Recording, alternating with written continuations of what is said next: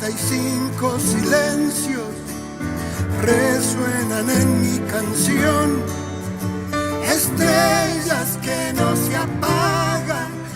Hola, bienvenidos a Cuarto de Hora. En estos 15 minutos vamos a hablar del atentado contra la AMIA. Pasaron 28 años de aquella mañana infausta en la ciudad de Buenos Aires. Y como cada 18 de julio sonaron las sirenas a las 9:53 y puntualmente, como cada año desde aquel día, hubo un reclamo de justicia, un reclamo sin respuesta. Sin respuesta por los 85 muertos, los más de 300 heridos en el peor atentado terrorista que ha sufrido la Argentina. Una realidad que duele, tanto como la voladura de la Embajada de Israel 2 años antes, el 17 de marzo de 1992, con sus 22 muertos, 242 heridos, pero sobre todo duele la impunidad y sobre todo duele la falta de respuesta, sobre todo duele la incertidumbre sobre aquello que pasó y que sigue siendo una herida abierta. Daniel Pomeranz era entonces empleado administrativo de la AMIA. Estaba en el segundo piso. Hoy es el director ejecutivo de la AMIA. Y te quiero preguntar a Daniel cómo se sobrelleva o cómo ha sobrellevado en estos 28 años el trauma de haber estado allí, de haber sido atendido en el hospital de clínicas y, por supuesto, de haber seguido acontecimientos que en realidad nos llevan a ese cono de sombras que se llama justicia en Argentina, al menos en este caso. Daniel, ¿cómo estás? Hola Jorge, gracias por la invitación. Te formulo la pregunta, ¿cómo sobrellevaste estas casi 3 décadas desde el atentado?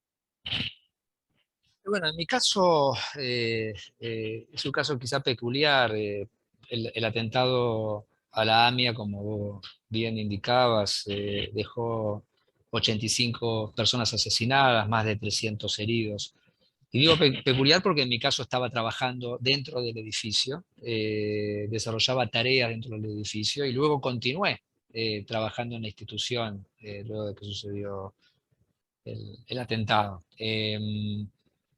Aquellas tareas que yo realizaba en aquel momento, bueno, con el correr del tiempo fueron cambiando, pero si uno mira para atrás, si yo miro para atrás mi vida, mi historia y trato de encontrar esos momentos, esos hitos, ¿no?, que a uno lo marcan. Por supuesto que el atentado fue un momento bisagra, un momento muy, muy particular. Entonces, yo seguí trabajando en AMIA, asumí diferentes responsabilidades, asumí la dirección ejecutiva hace unos 20 años atrás. Entonces, una parte de tu pregunta podría respondértela desde el punto de vista de mi trayectoria, y te la puedo ligar con un concepto de resiliencia, de sobreponerme a una situación límite. Mi oficina, yo estaba muy pocos minutos antes del atentado, estaba en mi oficina, circunstancialmente dejé de estarlo, estuve en otro lugar del mismo piso, a pocos metros, pero de mi oficina no quedó nada, en cambio de donde estaba sí, y eso es un hecho fortuito. Entonces hay una dimensión personal también, y la dimensión personal tiene que ver con, bueno, con las cosas que a uno le pasan y cómo uno resignifica su vida, lo que ha sucedido, lo que quiere, tal vez tomé otra dimensión sobre qué quería para adelante en lo que me quedaba de la vida a partir de ese momento, ¿no? Entonces hay como dos dimensiones, para resumirlo, si se quiere, la que tiene que ver con mi persona, con mis intereses, con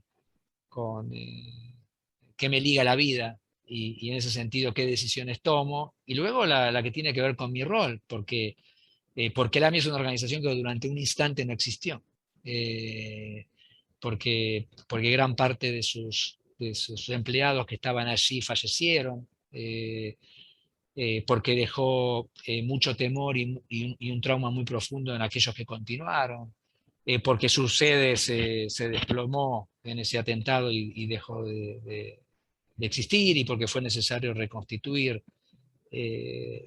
su actividad y repensar su misión.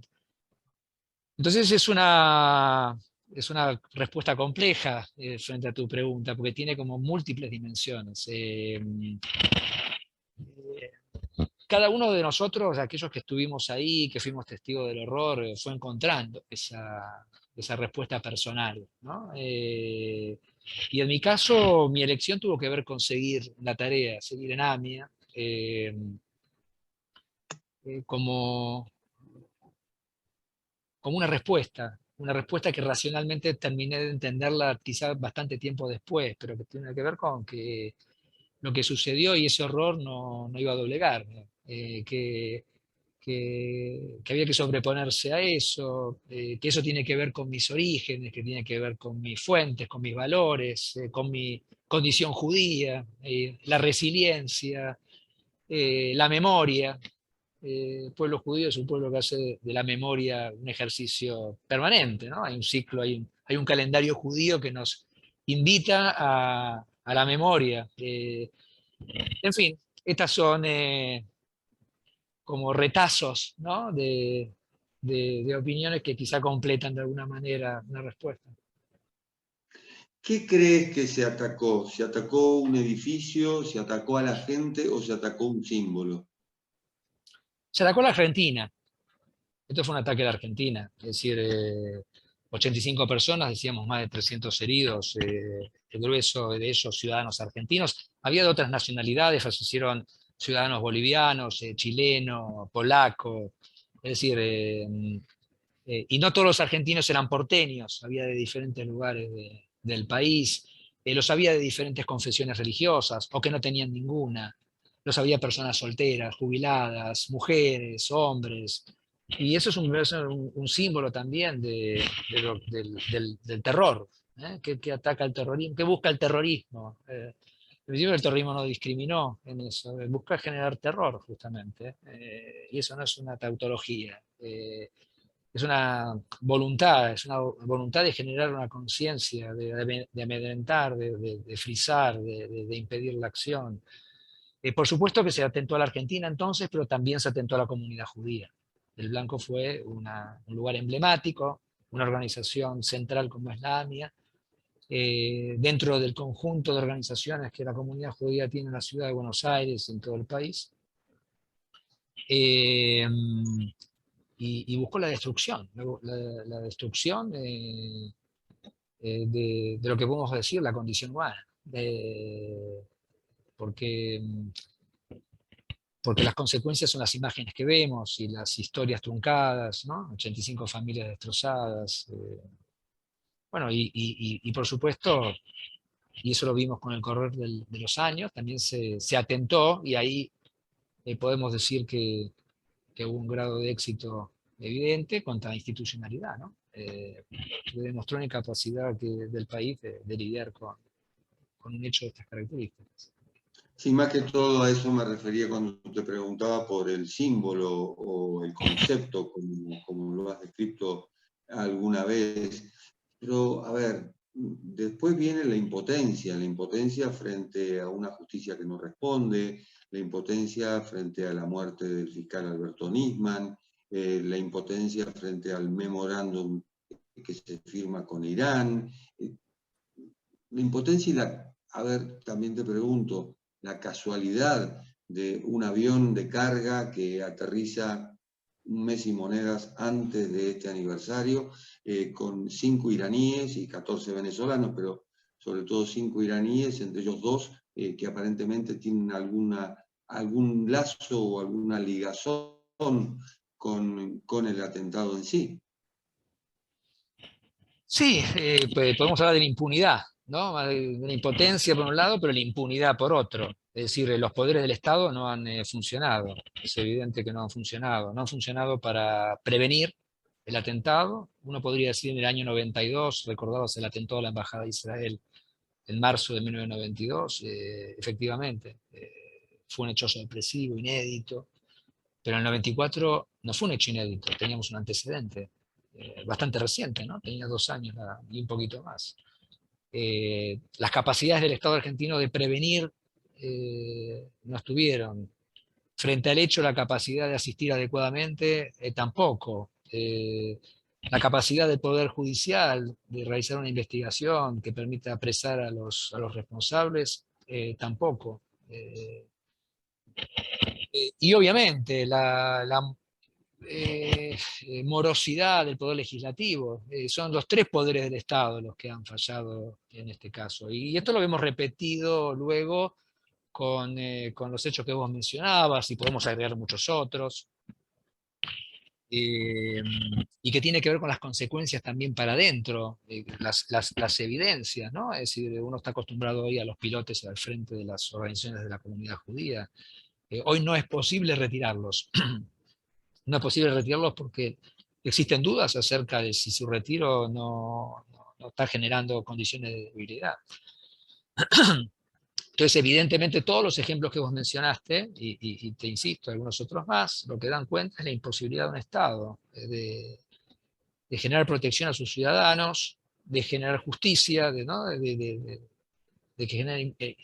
que haya un imperio por parte de la justicia, especialmente cuando uno lo compara con otros países. El fenómeno del terrorismo internacional no fue exclusivo de Argentina, ¿no? Francia nos ha mostrado varios ejemplos, Londres, Madrid, en fin, Estados Unidos, Nueva York, Israel, en fin, podemos seguir con tanto en África, en tantos lugares del mundo. Sin embargo, en muchos lugares los responsables se identifican con premura, en muchos casos se lo apresan con premura, se esclarece con una rapidez mayor. Las víctimas, las familias víctimas, son abrazadas rápidamente y son asistidas en todas sus necesidades. Hay consecuencias de todo tipo, psicológicas, económicas, laborales, familiares. Nada de eso Daniel, existe. esta impunidad en Argentina tiene que ver con un signo político, porque yo noto que en los actos de cada aniversario, no asiste el presidente de la Nación como correspondería, o autoridades, digamos, importantes de los gobiernos de turno, sino que de pronto va el secretario de culto, el ministro de Educación. Es como una presencia más que todo bueno, porque es la fecha y hay que estar. Pero no noto contención de parte, ya no del Estado solamente, sino del gobierno, el gobierno de turno. Sí, o los gobiernos, digamos, se han sucedido todos los colores, ¿no? Desde el 94 hasta ahora, diferentes administraciones, y bueno, y esto que mencionás ha sido una constante.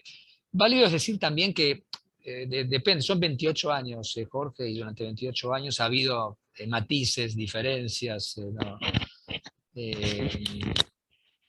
Pero el tema de fondo, bueno, y por otro lado, justo es mencionar también que en este acto ha habido más de 5.000 personas, y lo propio ha habido en los actos presenciales que se realizaron con anterioridad. Hay un acompañamiento, ¿no? de la ciudadanía, y hay muchas expresiones del liderazgo artístico, político también, intelectual, ¿no? Pero estamos hablando de las efectividades, ¿no? Más allá de estar o no presente a las 9:53 del día de la conmemoración. Estamos hablando de acciones que se desarrollan los 365 días del año. De nada serviría una presencia física en un acto para luego languidecer en la relevancia, en la agenda y demás. Entonces, me parece que los temas son los temas de fondo, ¿no? Es verdad lo que vos decís, y yo te agrego, eso se dio en 28 años con bastante frecuencia.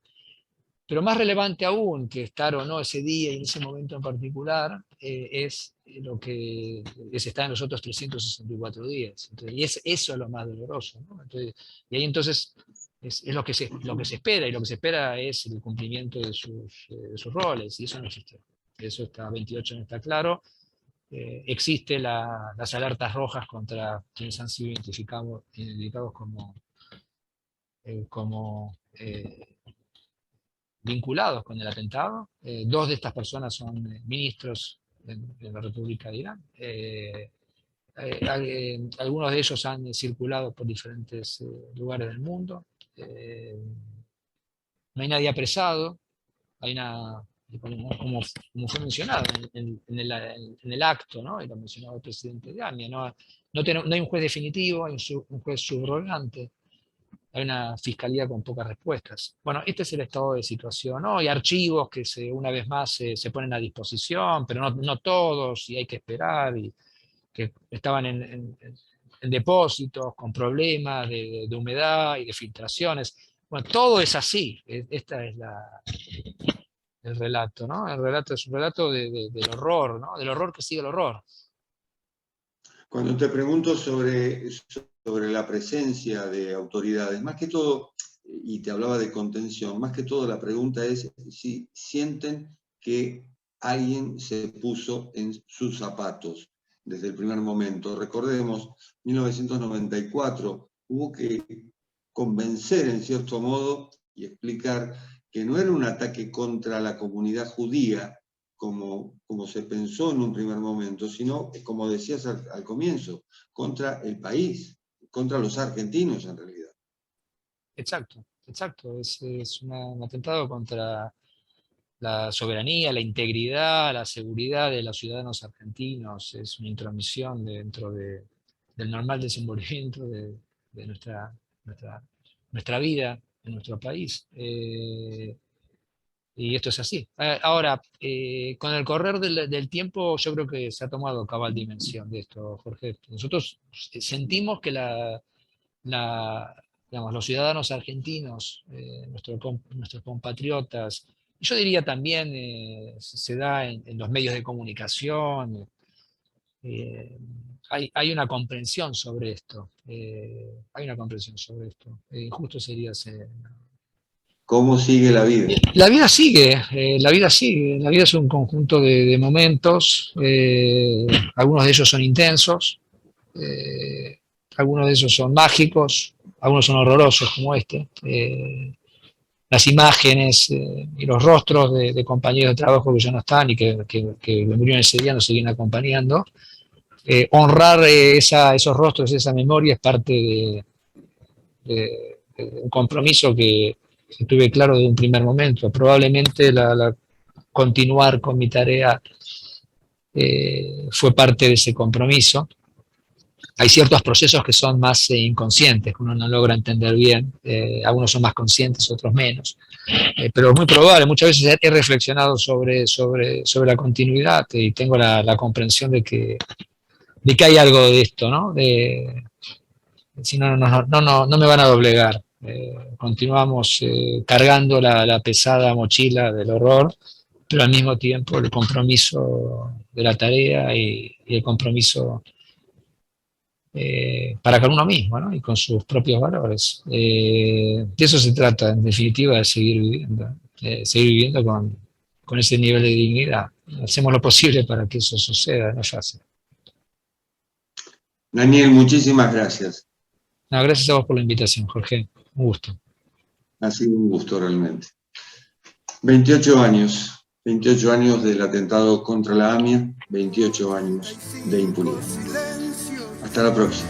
Resuenan en mi canción estrellas que no se apagan.